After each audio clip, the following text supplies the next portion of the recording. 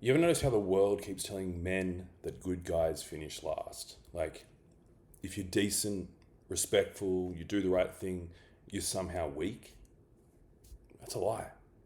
It's not the good men finishing last. It's the nice ones. The ones who've been trained to keep the peace, say yes when they mean no, and never rock the boat. And I get it because I've been there. I've lived it for years, trying to be the reliable, the safe one, the man that everyone liked, but no one respected. You think you're doing the right thing, but underneath it, you're just resentful, exhausted, quietly angry that no one sees how much you give. But the truth is, you don't finish last because you're good. You finish last because you've lost your edge. You traded your truth for approval and it's costing you. Your relationship, your drive, your sense of self. And if this even hits a nerve already, then listen closely, because we're about to dismantle one of the biggest lies men have ever swallowed.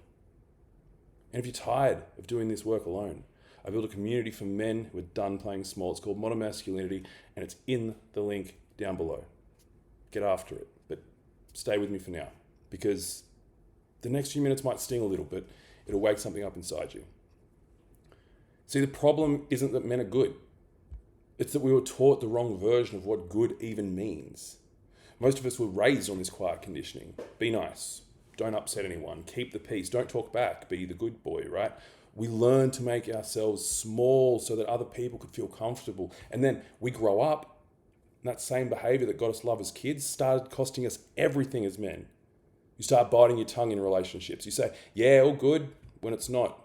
You overwork to prove your worth. You keep trying to earn validation like it's oxygen, and then you wonder why you feel invisible, why your partner stops respecting you, why your mates don't really hear you. Because the truth is, politeness isn't virtue. Avoiding conflict doesn't make you kind, it makes you forgettable. Being nice is often just wearing a fake smile. What's missing in most men isn't goodness, it's truth with a fucking backbone. The courage to say, that doesn't work for me. The willingness to hold tension without folding. That's what separates men who live free from men who just keep peace until they break. If you're hearing this and that feeling, that pull in your gut, that mix of shame and recognition, good. That's your wake-up call. See, this good guy thing didn't start when you were 30. It started when you were a kid. You probably didn't even notice it happening, but the moment you learned that love had conditions, something in you changed. Maybe you were praised for being the easy one. He's such a good boy. He's so well behaved. The translation of that is you kept everyone else comfortable at the cost of your own truth. Or maybe your dad wasn't around.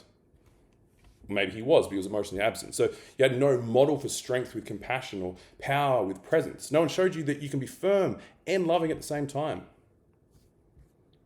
And if your mum leaned on you emotionally, maybe she vented, maybe she cried, maybe you were the one that she confided in, then you learned early on that your job was to keep women happy, to rescue them, to be the safe harbor, no matter what the cost to you. So now as a man, you do the same thing. You overgive, you over-explain, you over-apologize, and deep down you're exhausted. Not because you're weak, but because you were never shown how to lead from truth instead of compliance. You learned that peace meant silence, but silence kills your spirit. The moment you start remembering that your truth isn't danger, it's direction, that is when everything starts to shift. And look, this is the part that most men try to skip. They want strategy, not reflection. But you can't lead yourself if you don't know where your patterns were born. You can't fix a wound that you won't look at. So that's why I built the Modern Masculinity School community. I've got the Loop workshop in there, and that is where you'll get an idea of where this is costing you.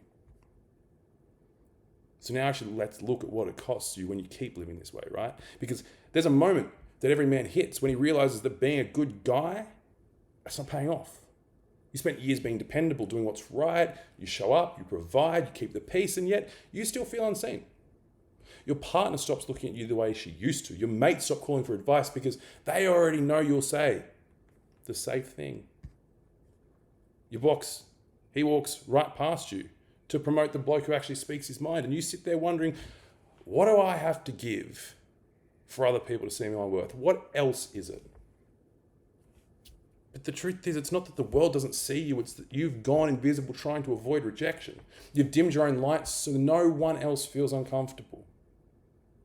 You've mistaken tolerance for love and silence for strength, and it's eating you alive. Like, you feel it when you lie awake at night, that quiet resentment. You feel it when you overthink every decision because you don't trust your own instincts anymore. You feel it when you say, it's fine, but your chest tightens because you know that it's not. That's the cost. Not money, not time, your aliveness. Because you can build the image of a perfect man, right? The house, the body, the job, and still feel hollow inside if you keep betraying yourself. The world doesn't need more good men. It needs honest ones. Men who can look at their life and admit, I've been playing small and I'm fucking done with it. You see, being good isn't the problem. It's the definition that's been twisted, because good doesn't mean agreeable. Good doesn't mean silent. Good doesn't mean you keep the peace at the cost of your own truth. Real goodness, the kind that changes lives, it's built on integrity. It's built on doing what's right even when it's uncomfortable. Speaking your truth, even when your voice shakes. Setting boundaries, not to control others, but protect your soul. Because a good man doesn't shrink. He stands tall even when it costs him approval. And he doesn't rescue everyone. He lets people face what they need to face. He doesn't hide behind niceness. He leads with presence. That's the version of good the world forgot. The version that has fire in its heart and steel in its fucking spine, because you can be kind and dangerous. Loving and unwavering. And that's the work that I do with men that are not chasing validation anymore, because they're building inner peace, real backbone, and a leadership that people can feel. And that's what I want for you, because real goodness isn't weakness. It's power under control. It's grace held by truth. So let me show you what it looks like in real life, because I had to learn this the hard way. And I'll be real with you. This wasn't from some textbook. There was a time in my life where I thought being the good guy was the answer. So I said yes to everything: work, friends, relationships, even when every part of me wanted to say no. I'd overextend and then get bitter that no one noticed how much I gave. There was a moment in a relationship completely cracked me open. She looked me dead in the eyes and said, "You never actually tell me what you want." First, I got defensive because she was right. I was so focused on being agreeable that I'd stopped being honest. And that's when it hit me. Kindness without boundaries isn't love, it's just self-betrayal. See, I wasn't a good man, I was just afraid to disappoint someone. And that moment changed everything, because I started speaking truth, even when it cost me approval. And funnily enough, people started respecting me more. My energy came back, my relationships got real. Because when you stop pretending, your presence actually starts to carry weight. So the next step here is learning how to live this every day, right? Because once you know how to integrate it, how to build the backbone to stay grounded when life starts testing you, that's when it all comes together. Because awareness doesn't actually change anything. It's embodiment that does. And every man watching this knows what it feels like to have insight and then do nothing about it. You get the hit, you feel the truth, but then Monday rolls around and you're back in the same fucking loop. So here's where it starts. Just tell one truth. Just tell the truth. Say what's real. Don't hide behind, I'm fine. Start with the little things. What do you actually want for dinner? How do you actually feel about that work project? What do you actually need from your partner? If you can't be honest in small ways, then you won't hold the truth when it really matters. Step 2 is boundaries. Not walls, boundaries. They're not about shutting people out. They're about keeping your integrity in. Every time you say yes when you mean no, you chip away at your own power. So start reclaiming it. Step 3 is hold discomfort. This is the one that breaks most men, because growth doesn't happen in the comfort zone. It happens when your chest tightens, when your voice shakes, and when your old habits scream at you to run and you don't. You stay. You breathe. You stay rooted in your truth. This is what builds backbone. Repetition under pressure. People will feel this when you start living like it. You don't have to announce that you change, because your presence will speak for you. Now, this is the interesting part. Once you start walking in this way, something powerful happens around you, right? The people that are around you, especially women, they start responding differently. But this is what most men don't realize. The feminine isn't against you. She's reflecting you. So when a woman starts to pull away, when she tests you, questions you, or challenges you, she's not trying to tear you down. She's trying to find something solid to trust. She's asking, can I lean on this man's truth? Can I relax knowing he won't crumble when I bring my full self?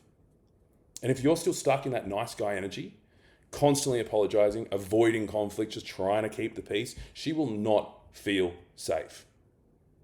She might love you, but she will not trust you. Because the feminine doesn't trust men who don't trust themselves. She doesn't want perfection. She wants presence. She wants to feel your grounded yes and your firm no. She wants to know your word means something. And the wild part is the moment you start living your truth without flinching, her energy changes. The tests stop feeling like attacks and they start feeling like invitations. Invitations for you to stand taller, to lead, to guide. That's what masculine leadership actually looks like. Holding steady when emotion storms through the room. So if you're at this part and this is hitting you deep and you're realizing, yeah, I've been living soft around feminine energy because I don't trust my edge, then join Modern Masculinity. Links in the description. Go check it out. Because once you understand how this dynamic really works, you will stop resenting women and you'll start rising as a man. So I want to leave you with one last thing. A challenge, right? So this week, say no where you'd normally say yes. When your instinct says, I don't want to do that, don't explain, don't apologize, just say no and stand there. Feel what happens here when you don't fold. That pressure in your chest, that's power coming back online. Because men who can't say no cannot be trusted with their yes. So stop apologizing for your boundaries. Stop making excuses for your strength. Stop hiding behind the illusion of being the good guy. Be the man who's kind and dangerous, loving and unbreakable. Lead with your truth, not your fear. See you tomorrow.